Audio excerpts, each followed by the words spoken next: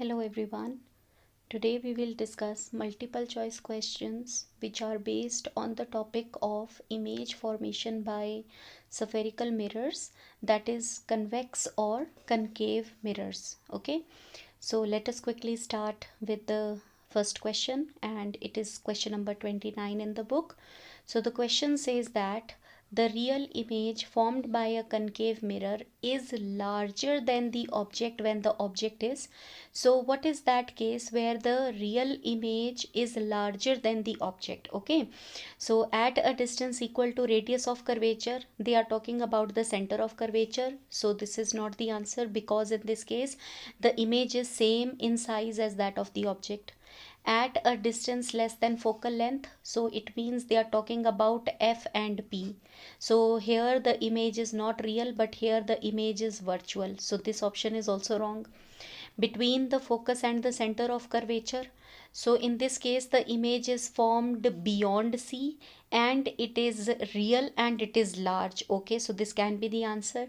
And at a distance greater than the radius of curvature, so in this case also the image is real, but here it is diminished and here it is magnified or large.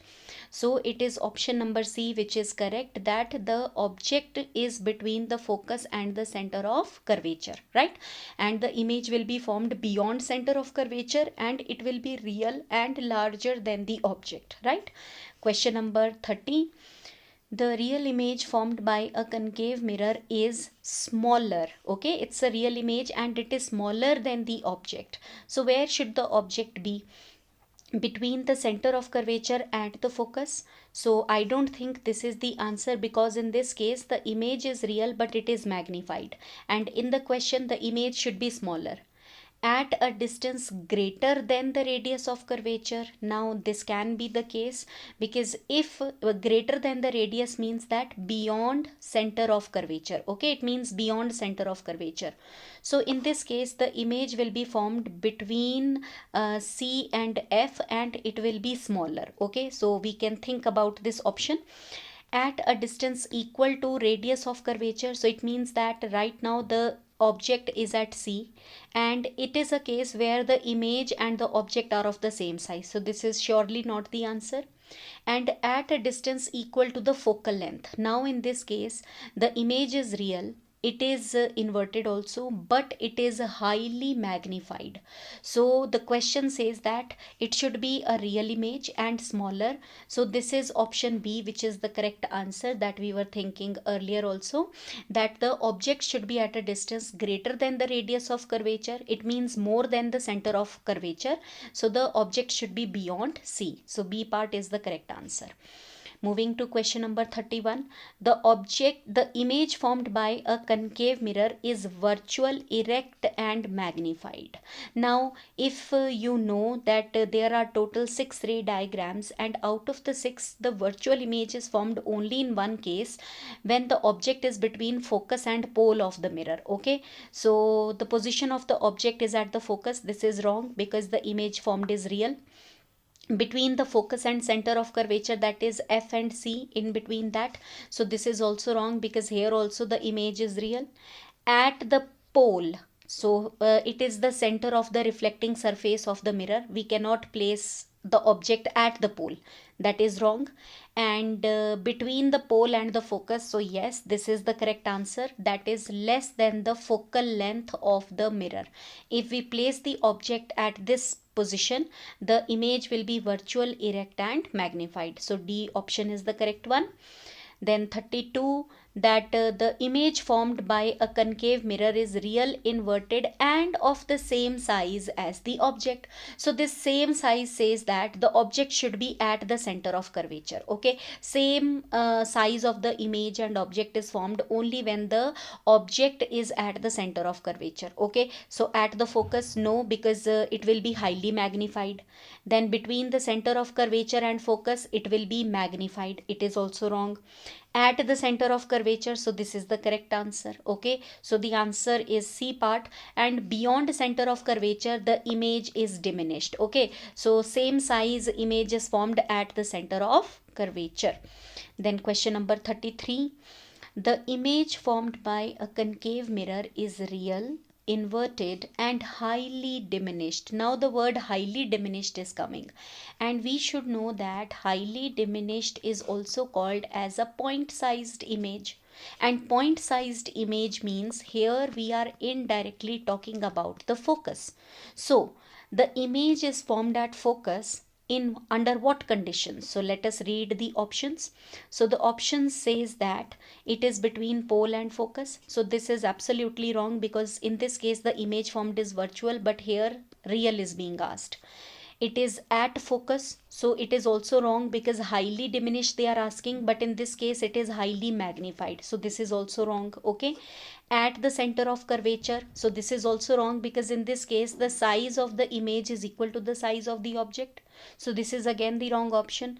And if the object is at infinity, yes, if the object is at infinity, its image is formed at the focus, and that image will be real, inverted and highly diminished, that is, it will be like a point. Okay, the angle of, okay, so that is the answer of 33rd question, D part. 34th, let us quickly move on to this one. The angle of incidence for a ray of light passing through the center of curvature of a concave mirror is. Okay, so now let us quickly try to solve this, that what should be the angle of incidence for an incident ray of light which is passing through the center of curvature. So now let us say that this is our concave mirror, and this is the pole, this is the center of curvature, and this is the focus. Okay, now if suppose there is a tangent, okay, let us just imagine that there is a tangent like this.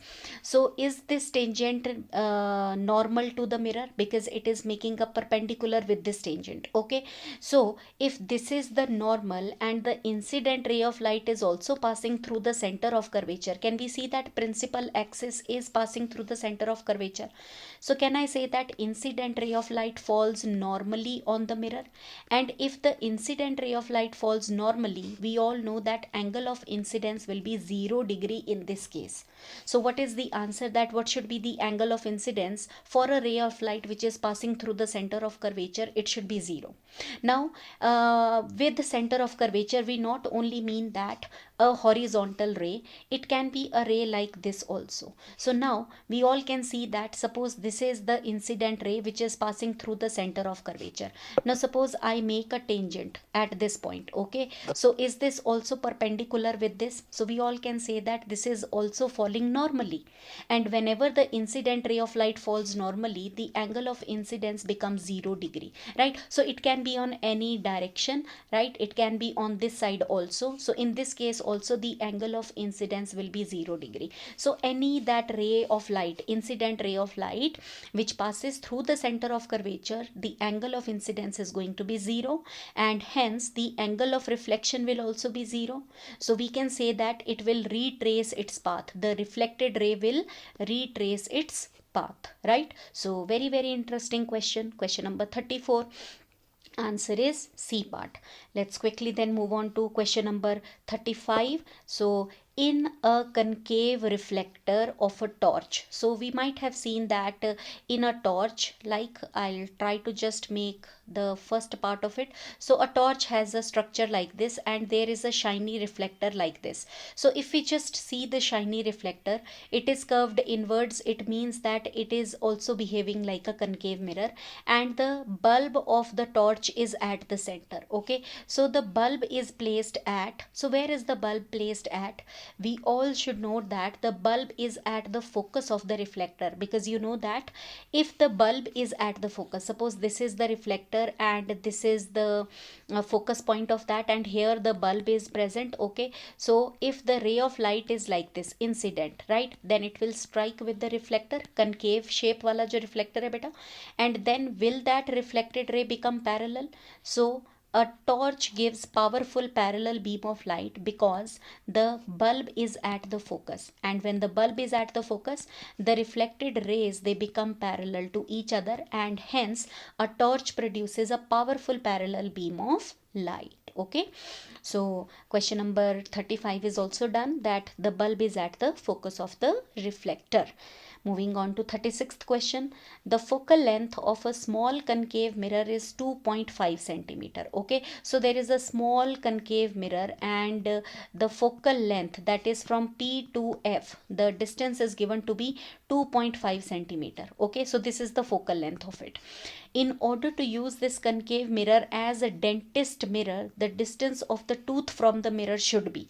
Now you all should know beta that when the dentist uses the concave mirror, okay, to see the teeth of the patient, so the position of the teeth is between pole to the focus, मतलब वो focus और पोल के बीच का वो distance होता है जहां पर वो ऑब्जेक्ट का पोजीशन होता है.